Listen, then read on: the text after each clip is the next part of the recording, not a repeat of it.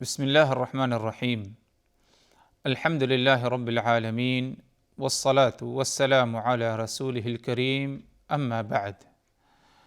اللہ تبارک و تعالی پر حمد و ثنا اور اس کے نبی کریم صلی اللہ علیہ وسلم پر بے شمار بے حد بے عدد درود السلام کے بعد، محترم ناظرین، نبوی وصیتیں کے نام سے اس سلسلے وار پروگرام میں ہم آپ کی خدمت میں حاضر ہیں۔ السلام علیکم ورحمۃ اللہ وبرکاتہ۔ ناظرین کرام، گزشتہ نشست میں یا گزشتہ 3 نشستوں میں ہماری جو بات ہوئی تھی وہ ان 10 وصیتوں سے متعلق جنہیں رسول اللہ صلی اللہ علیہ وسلم نے حضرت معاذ ابن جبل کو کی تھی۔ مسند احمد کی روایت تھی کہ آپ صلی اللہ علیہ وسلم نے حضرت معاذ ابن جبل کو 10 باتوں کی وصیتیں کی۔ ان 10 باتوں میں سے 3 کی تفصیل گزر چکی ہے۔ پہلی وصیت تھی کہ اللہ کے ساتھ کسی کو شریک نہ ٹھہرانا، کیوں نہ تمہیں قتل کر دیا جائے یا تمہیں جلا دیا جائے۔ دوسری وصیت تھی کہ اپنے ماں باپ کی نافرمانی نہ کرنا، یہاں تک کہ اگر تمہیں اپنے اہل و عیال کو، اپنے مال کو ترک کرنے کا بھی حکم دے دیں تو تم ان کی اطاعت کرنا۔ تیسری وصیت تھی تم فرض نماز کبھی نہ چھوڑنا جان بوجھ کر، کیونکہ جو شخص ایک وقت کی نماز جان بوجھ کر چھوڑ دیتا ہے تو اللہ تبارک و تعالی کی ضمانت اس سے کیا ہے، اٹھا لی جاتی ہے۔ یہ 3 باتوں کی وصیتیں تھیں، 3 وصیتیں تھیں جن پر تفصیلی گفتگو ہو چکی ہے۔ اب آتے ہیں آگے حضرات، آج کی اس نشست میں چوتھی وصیت کا ذکر کرتے ہیں۔ چوتھی وصیت رسول اللہ صلی اللہ علیہ وسلم کی حضرت معاذ ابن جبل کو اس طرح تھی کہ وَلَا تَشْرَبَنَّ خَمْرًا فَإِنَّهُ رَأْسَ كُلِّ فَاحِشَةٍ۔ اے معاذ، تم شراب نہ پینا، فَإِنَّهُ رَأْسَ كُلِّ فَاحِشَةٍ، کیونکہ ہر برائی کا سر شراب ہے۔ اور شراب کے بارے میں جو آپ صلی اللہ علیہ وسلم نے کہا، ادھر وہ یہ جو لفظ ہے خمرن، عربی میں زبان میں خمر کہتے ہیں ہر ایسی چیز کو جس کے استعمال سے، چاہے وہ کھانے کی ہو، پینے کی ہو، یا سونگھنے کے لیے ہو، یا کوئی اور طریقہ ہو اس کے استعمال کا، ہر ایسی چیز جس کے استعمال سے عقل پر پردہ ڈل جاتا ہو یا عقل انسان کے ساتھ نہ رہے، اسے عربی زبان میں خمر کہا جاتا ہے۔ تو اس میں ہر وہ چیز داخل ہے خمر میں جس کے استعمال سے انسان کا یا انسان کی عقل متاثر ہو، چاہے وہ مشروب ہو پینے کے لیے، یا کھانے کی چیز ہو، یا سونگھنے کی ہو، یہ آج جیسے انجیکشن وغیرہ سے لیا جاتا ہے اس قسم کی کوئی چیز ہو، تو یہ خمر ہے۔ تو آپ صلی اللہ علیہ وسلم کی یہ وصیت کرنا وَلَا تَشْرَبَنَّ خَمْرًا، اے معاذ تم شراب نہ پینا۔ شراب میں داخل صرف مشروب نہیں بلکہ ہر نشہ آور چیز ہے جس کے استعمال سے، چاہے مشروب ہو، کھانے کی چیز ہو، الغرض اس کے استعمال سے عقل پر پردہ ڈلتا ہو، اسے کیا ہے، خمر کہا جاتا ہے، اور وہ اس ممانعت میں نہی میں کیا ہے، داخل ہے۔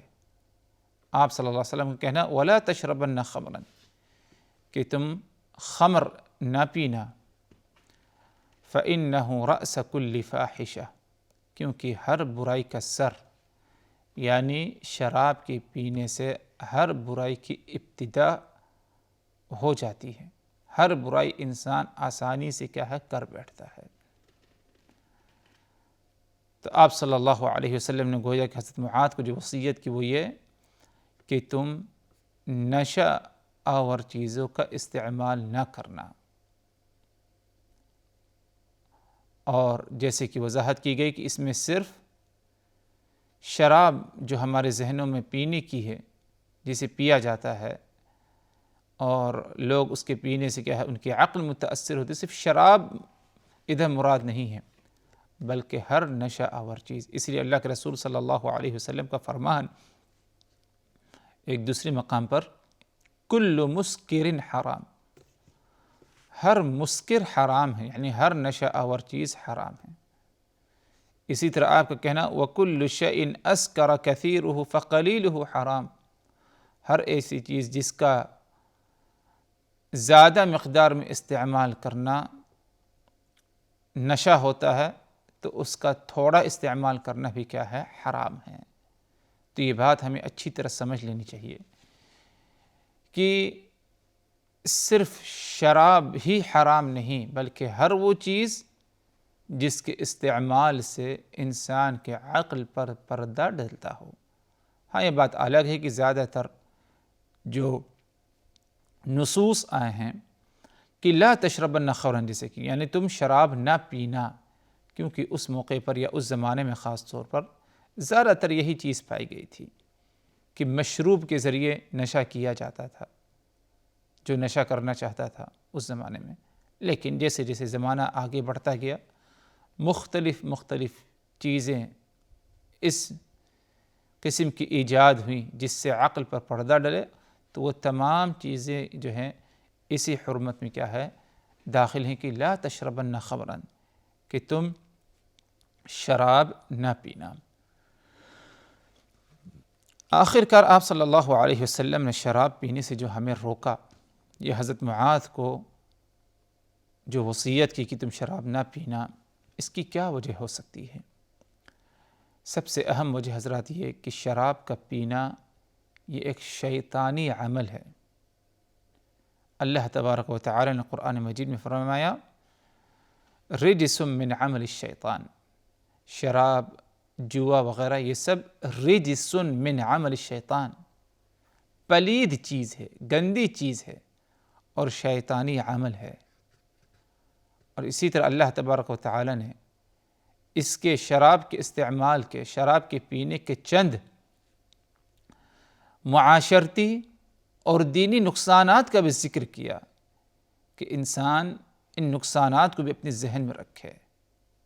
انما یرید الشیطان ان یوقع بینکم العداوۃ والبغضاء فی الخمر والمیسر ویصدکم عن ذکر اللہ وعن الصلاۃ فہل انتم منتہون، شیطان تمہیں آپس میں لڑانا چاہتا ہے، ایک دوسرے کی نفرت ڈالنا چاہتا ہے، شراب کے ذریعے، جوا کے ذریعے، وَيَصُدَّكُمْ عَنْ ذِكْرِ اللَّهِ، اور اللہ تبارک و تعالیٰ کے ذکر سے شیطان تمہیں شراب اور جوئے کے ذریعے روکنا چاہتا ہے، دور کرنا چاہتا ہے، وَعَنِ الصَّلَاةِ، اور نماز سے بھی دور کرنا چاہتا ہے۔ فَهَلْ أَنْتُمْ مُنْتَهُونَ، تو کیا اب تم جو ہے اپنے آپ کو روک پاؤ گے کہ نہیں؟ تمہیں شراب کی حرمت کے بارے میں بتا دیا گیا، شراب کے چند نقصانات، معاشرتی دینی نقصانات کے بارے میں بتا دیا گیا، کیا اب تم اپنے آپ کو روکو کہ شراب سے، یا کہ جو ہے نہ روکو گے؟ تو کہنے کا مقصد یہ حضرات کہ آپ صلی اللہ علیہ وسلم جب وصیت کی وَلَا تَشْرَبَنَّ خَمْرًا، کہ تم شراب نہ پینا، اس کی ایک اہم وجہ یہ ہے کہ شراب ایک پلید چیز ہے، شیطانی عمل ہے، اس لیے اللہ کے رسول صلی اللہ علیہ وسلم نے روکا۔ شراب کے پینے سے انسان کا دینی نقصان ہے، معاشرتی نقصان بھی ہے۔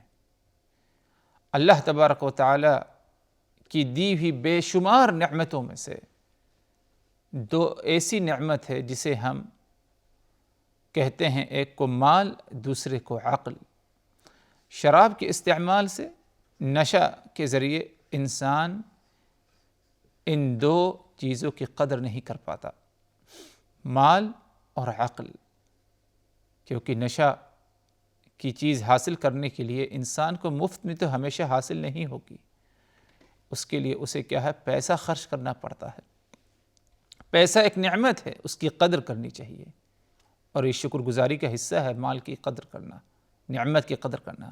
لیکن اگر اس پیسے کو حرام چیزوں میں صرف کرے انسان، گویا کہ اس نے اس نعمت کی ناقدری کی۔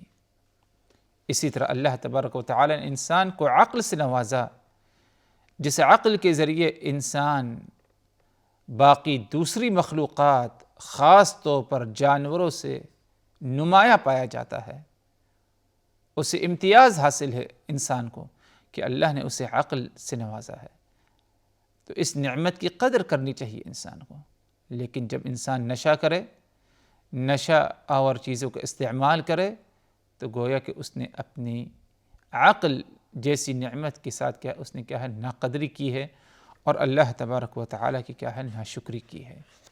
تو شراب کے استعمال میں، شراب کے پینے میں یا اس کے استعمال کے ذریعے انسان کیا ہے، اللہ تبارک و تعالیٰ کی نعمتوں کی کیا ہے، ناقدری کرتا ہے۔ اور آپ صلی اللہ علیہ وسلم جب فرمایا حضرت معاذ کو وصیت کی، وَلَا تَشْرَبَنَّ خَمْرًا، کہ تم شراب نہ پینا، فَإِنَّهُ رَأْسُ كُلِّ فَاحِشَةٍ، کیونکہ شراب ہر برائی کا سر ہے۔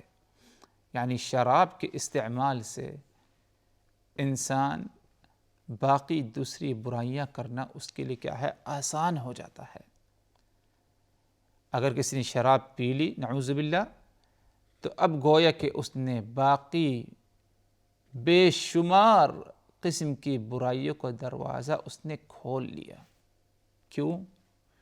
کیونکہ جب شراب پیے گا عقل پر پردہ ڈل جاتا ہے، اور جب انسان کے عقل پر پردہ ڈل جائے تو اچھائی برائی، خیر شر، حق اور باطل کے درمیان فیصلہ کرنے کی طاقت اس کی عقل نہیں رکھتی، تو کچھ بھی کر بیٹھتا ہے انسان، ہر برائی کر بیٹھے گا۔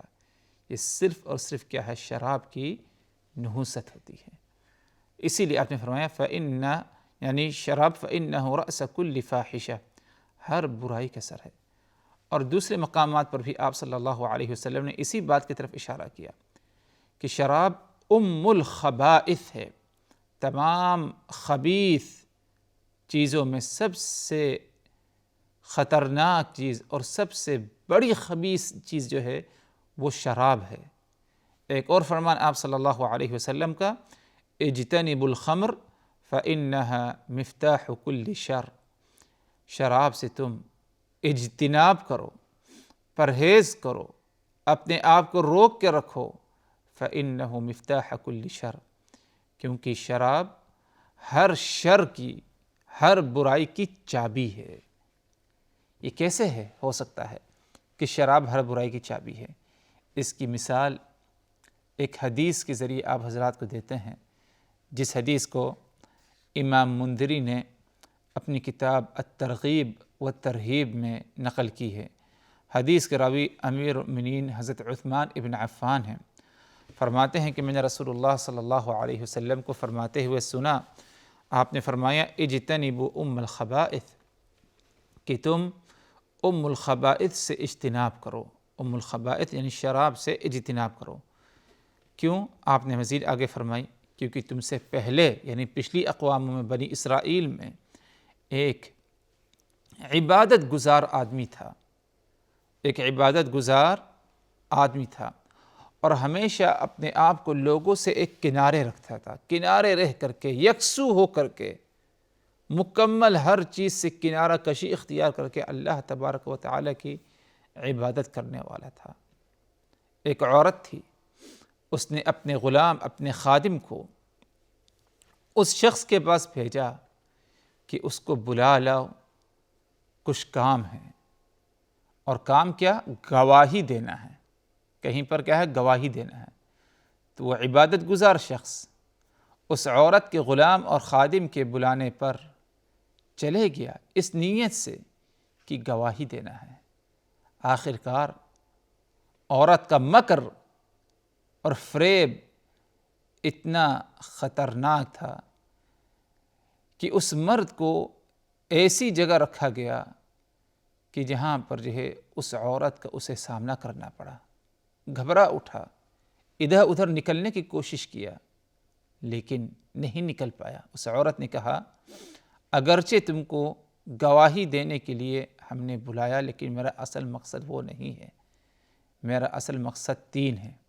نمبر 1، یا تو میرے ساتھ برائی کرو، زنا نعوذ باللہ، اور یا تو یہ شراب رکھا ہے اس شراب کو پی لو، اور یا یہ چھوٹا بچہ ہے یعنی کسی اور کا بچہ رہا ہو اس کا قتل کرو.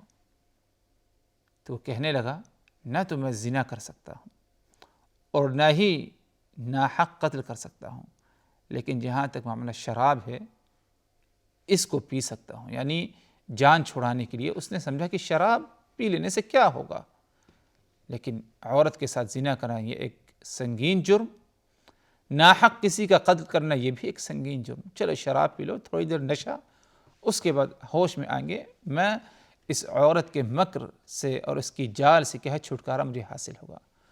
اس عورت نے اسے شراب دیا، شراب پی لیا اس نے. شراب پینے کے بعد عورت کے ساتھ نعوذ باللہ بدکاری بھی ہوئی اور اس بچے کا ناحق قتل بھی ہوا. یہ ہے شراب کی جو ہے ہولناکی کہ کوئی شراب اگر پی لے تو مفتاح کل شر، ہر برائی کا دروازہ اس کے لیے کیا ہے کھل جاتا ہے. اسی لیے آپ صلی اللہ علیہ وسلم نے کہا لا تشربن خمرا، وصیت کی حضرت معاذ کو کہ تم شراب نہ پینا، فإنه رأس كل خطیئہ یا کل فاحشہ، کیونکہ ہر فحش، ہر خرابی اور ہر شر، ہر برائی کا کیا ہے دروازہ کھل جاتا ہے. جس طرح اس عبادت گزار آدمی کے ساتھ کیا ہے معاملہ پیش ہے، کیونکہ شراب پینے کے بعد انسان کی عقل گم ہو جاتی ہے، ختم ہو جاتی ہے، تو ہر چیز وہ کر سکتا ہے، حق ہو یا باطل ہو، شر ہو یا خیر ہو، کسی چیز میں تمیز کی صلاحیت اس کی عقل میں نہیں رہتی. تو اللہ تبارک و تعالی مجھ کو اور آپ تمام حضرات کو، ہر مسلمان کو نشہ آور چیزوں سے بچنے کی ہمیشہ توفیق دے، اور اس برائی میں ہم میں سے اگر کوئی مبتلا ہے اللہ تبارک و تعالی اسے توبہ استغفار کرنے کی کیا ہے توفیق دے، تاکہ جو ہے رسول اللہ صلی اللہ علیہ وسلم کے فرمان پر عمل ہو اور اللہ تبارک و تعالی کے نزدیک ہمیں کیا ہے کامیابی حاصل ہو. وآخر دعوانا ان الحمد للہ رب العالمین، والسلام علیکم ورحمۃ اللہ وبرکاتہ. صلی اللہ علیہ وسلم، صلی اللہ علیہ وسلم.